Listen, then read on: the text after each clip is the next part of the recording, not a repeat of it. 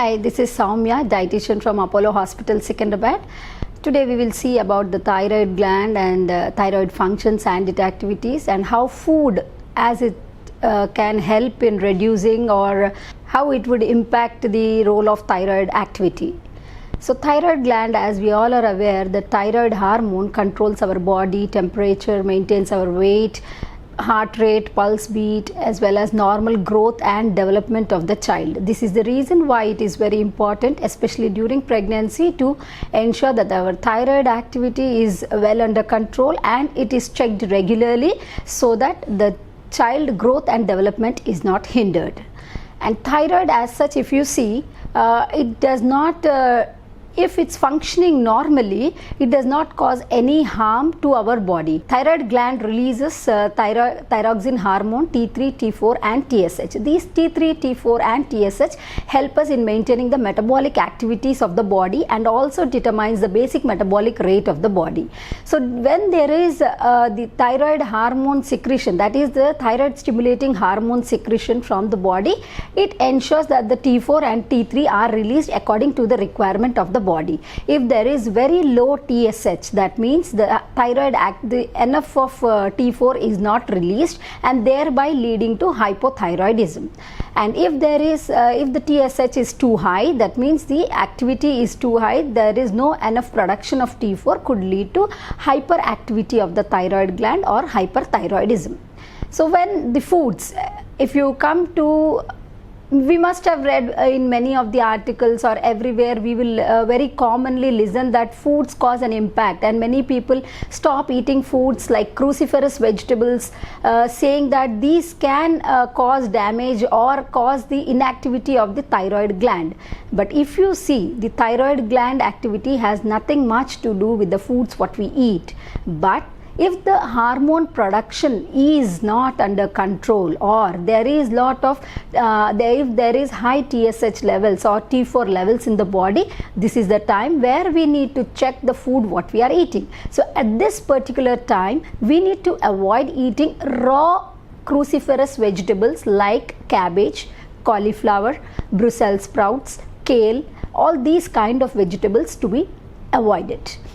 But if the thyroid gland is normal and if the thyroid function is normal and we are hypothyroid and on the medications, we can still consume all these cruciferous or the brassica family vegetables so that we get other nutrient properties of these vegetables. Especially these vegetables are rich in fiber and antioxidants. To ensure that you do not avoid all these vegetables, because it's a common myth and we see many people, they try to avoid these kind of vegetables. So the glucosinolates which are there in these cruciferous vegetables are the rich sources of antioxidants which are anti-inflammatory and also reduce the cancer causing properties from the body. So how can we reduce or how can we ensure that these fruits, these vegetables do not cause much damage to the body by even though we include them. So when we include them, ensure that you don't eat raw, and you also try to wash, clean or boil them. When we are boiling, the glucosinolates are inhibited or their production is reduced, and thereby they do not stimulate much of these anti-thyroid properties. This is the reason why it's not essential to avoid eating cruciferous vegetables, but still we can continue eating cruciferous vegetables.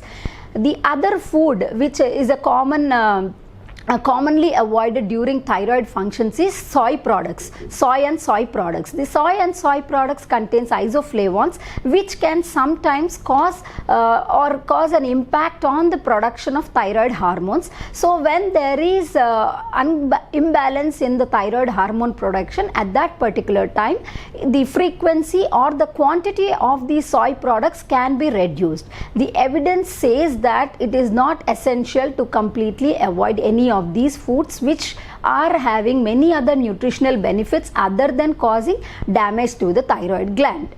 And the other common thing what we see is supplements, medicinal supplements or the medical supplements which are there.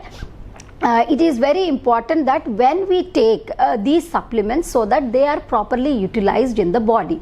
Like for example, iron supplements, calcium supplements, multivitamin supplements, many of us do take them, and during the COVID also we have seen that many of us consumed many of these supplements. So these supplements, it should always be ensured that it is taken not along with the thyroid tablet or within very few hours of the thyroid tablet consumption. So if you are taking this thyroid tablet early in the mornings, ensure that these tablets are taken post lunch or post dinner, so that their absorption is maximum in the body.